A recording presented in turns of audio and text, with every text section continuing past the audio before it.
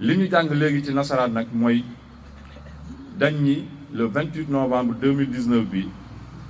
am na koo xam ni wax na ci chaîne YouTube bi ñu tuddee ko alxuraan ak sunna rek Sénégal TV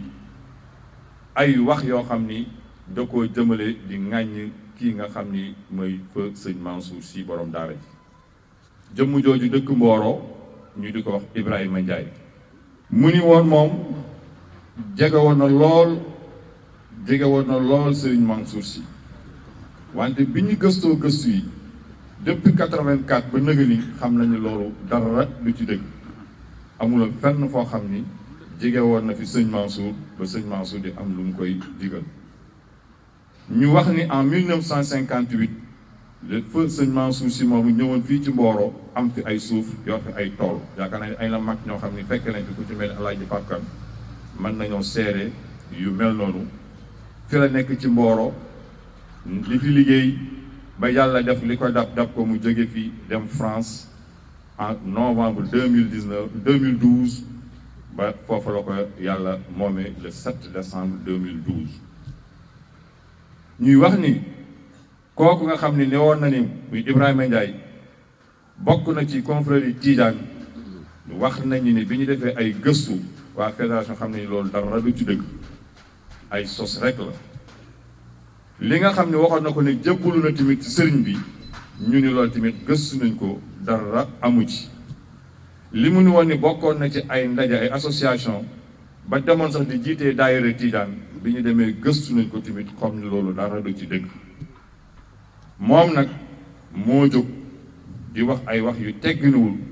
ci confrérie Tidiane boobu ba di ko wax jëmale ci kii nga xam ni mooy suñu kilifa gi fi bàyyi ko yàlla na yàlla yokk leeram muy sëñ Mansour Sy borom daara ji loolu nag ñu jàppe ni koo xam ni ñu ko jàppe ni koo xam ni ku xol bi xat la koo xam ni dafa en ci yoon wi nga xam ni moom la yoon wi di doxe yoon la confrérie Tidiane di doxe fii ci Sénégal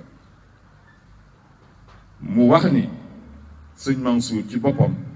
dafay nekke woon man wax jooju parce que réew sax sama làmmiñ mais maa ngi koy jégalu ci moom ak suñu sëriñ bi nekk suñu wet nee na sëñ Mansour dafay nekke woon lu dul yi faat ay nit man tentative de meurtre loolu bi ko zaayre yi gëstoo tamit xam nañu loolu dara amu ci xale boobu xam ne lan moo ko dal ñu ne xañ na dafa dof wala xale fi xale la wala am ndox la loolu nag bi mu amee ñu gëstu ko muy loo xam ne lu jéggi dayu la njaboot gi yëg ko ñu laaj ne waaw nit nan lay xamee loolu ci kilifa gu mel noonu depuis 1984 nga toog ba jëmm jamono ji 2019 di ko doog a def ci ay audio di ko génne di ko publier di ko wax jëmale ci jëmm jooju sëñ Mansour Sy borom daara loolu mu nekk loo xam ni kenn mënu koo teg ci ak gëm-gëm ci accusation yooyu yëpp mu def ñu wax ni leeru nañu ne Ibrahima Ndiaye moomu jàggati na charti charia ak sunna bi nga xam ni moom la wax ni moom lay défendre en effet le prophète ñu ni yonent bi sallallahu alayhi wa sallam yaakaar ni tere na bépp jullit bu jël ay kàddu yu ñaaw jëmale ko ci mbokk jullitam rawatina koo xam ni génn na àdduna ñu ni fàttaliku sëñ Mansour Sy kenn amul sañ-sañ di ko fàttaliku man wax caa wax lu rafet nga ca war a wax mais wuloo caa wax lu ñaaw moom tamit ñu gis tamit bi ñu defee suñuy gëstu ci wàllu loi ndax loolu moo tax ñu yóbbu mbir mi ci yoon wax nañu ni jalgati na loi réew mi parce que boo demee ci article 362 du code pénal dañoo wax ni kenn ak foo mënti bokk waroo mën a ŋàññi kenn wala ay nit ñu bari boo ko defee yoon war na laa topp ba sanctionné la teg la ay daan bi loolu weesoo ci wax yu ñaaw yi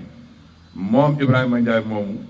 xamal nañ ni ba mu waxee loolu ci njabootu Mansour Sy ba léegi dafa mel ni léegi ci adduna bi yëpp ci réew mi yëpp la ko wasaare donc dafa atteindre à la paix publique te wax ju ñaaw yu mel noonu ñu xam ni tey bu ci ak dal amul woon ak kilifa yi liñ ci wax mënoon naa dem bay yëngal am réew ndax ku ci nekk mën ngaa jóg ne damay fajal sama bopp te loolu commencé woon na fee am yaakaar leen ay kilifa ñoo ci jóg ne ànd leen ak dal bu leen wax dara di leen ko topp fi ñu ko war a toppee. ñu wax ni am nañu benn plainte boo xam ni déposé nañ ko le 6 décembre 2019 ci kanamu procureur république du tribunal grande instance de Thiès loola tamit yoon mi ngi ciy dox li mu ci war a dox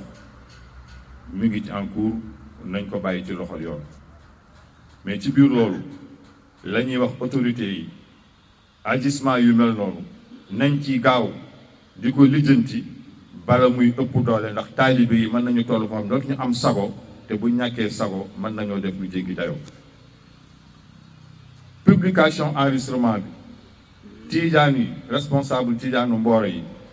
ñoom ñoo essayé dalal nit ñi ay mag ñu mel ni ay président Samba Diop ay mag ñu mel ni El Hadji Papa Kane ay ñoom Baj ak suñu yaay mi wàddi ci ginnaaw ak ñeneen ak Cheikh Mbaye ñu mel noonu ñoo sol seen dàll di dalal taalibe yi mais yaakaar naa ni am na ci ñoo xam ne am nañu jël takku woon pour dem fekk waaja fa mu dëkk ci këram faagaalgal ko taal sax këram mais mag ñooñu ñoo ci dox loolu ba jàmm rek dëkk ci jàmm mujj ci. léegi nag pour ñu moytu loolu lépp ci la fédération des Tidianes zone Mboro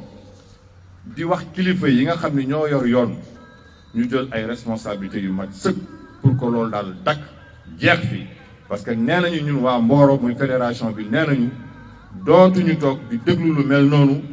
te fajuñu ko ci ni mu gën a gaawee ci yoon wala taalibe yi dinañu jóg fajal ko ci seen bopp. enfin ñu wax ni dootuñu nangu lu mel noonu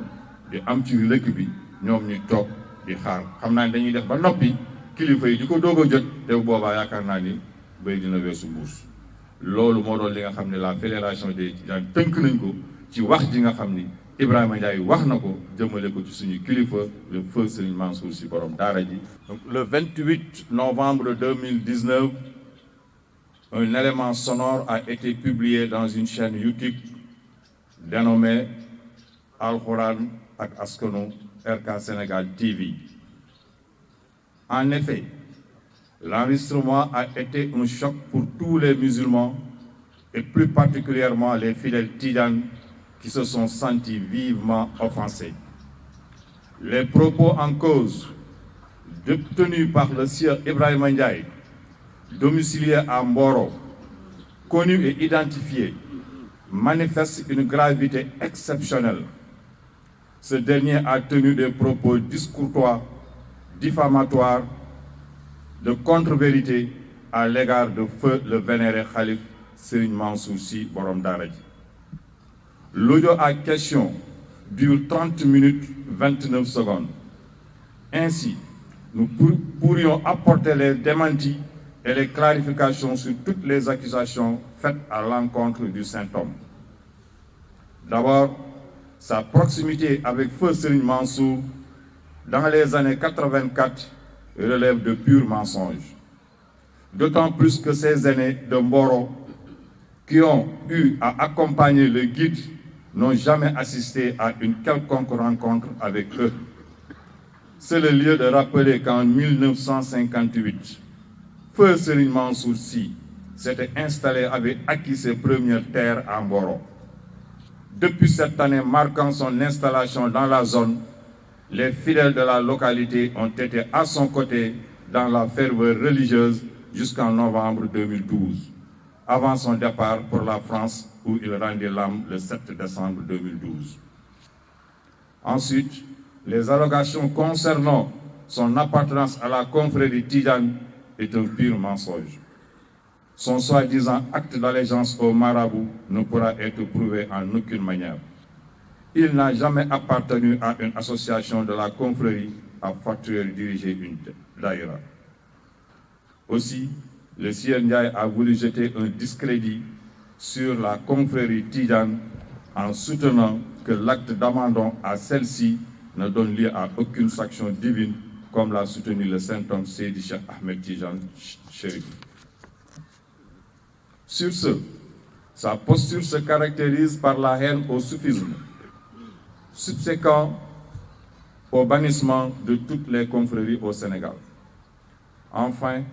il a accusé Feu Serigne Mansour Sy de tentative de meurtre. Ces allégations, sans fondement ni preuve, relèvent de fantaisie et d'enfantillage, à la limite même de folie. À la suite de ces allégations gravissimes, la question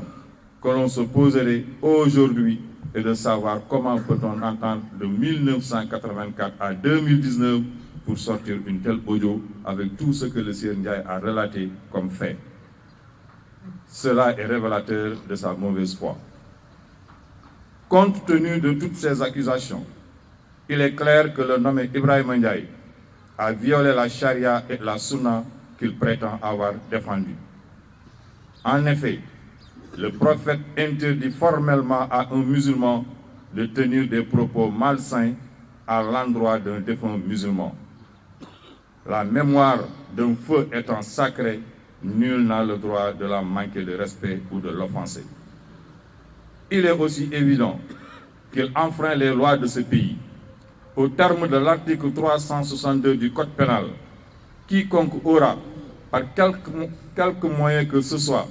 fait une dénonciation calomnieuse contre un ou plusieurs individus doit être poursuivi et sanctionné. Outre la dénonciation calomnieuse, les accusations du Sieur Ndiaye portent atteinte à la paix publique, à la stabilité de ce pays et surtout à l'honorabilité d'un ministère des cultes et d'une autorité religieuse.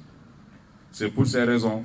qu'une plainte avait été déposée le 6 décembre 2019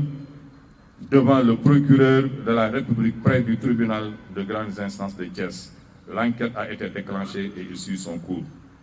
À cet égard, nous interpellons l'autorité publique pour que ces agissements soient corrigés sévèrement à la hauteur qui lui est sied. Depuis la publication de l'enregistrement, les responsables Tidjane de Mboro essaient de calmer les ardeurs et les esprits des jeunes qui ont voulu répliquer à leur manière, ce qui aurait pu entraîner des suites dangereuses. Pour éviter cette situation, la Fédération des Tidjanes de la zone de Mboro invite les autorités à prendre leurs responsabilités parce qu'elles ne peuvent plus faire face aux volontés de vengeance des uns et des autres. Enfin, il faut noter que nous accepterons plus jamais ces agissements et nous informons à l'opinion publique qu'à l'avenir, nous prendrons toutes nos responsabilités parce que ça n'est de trop.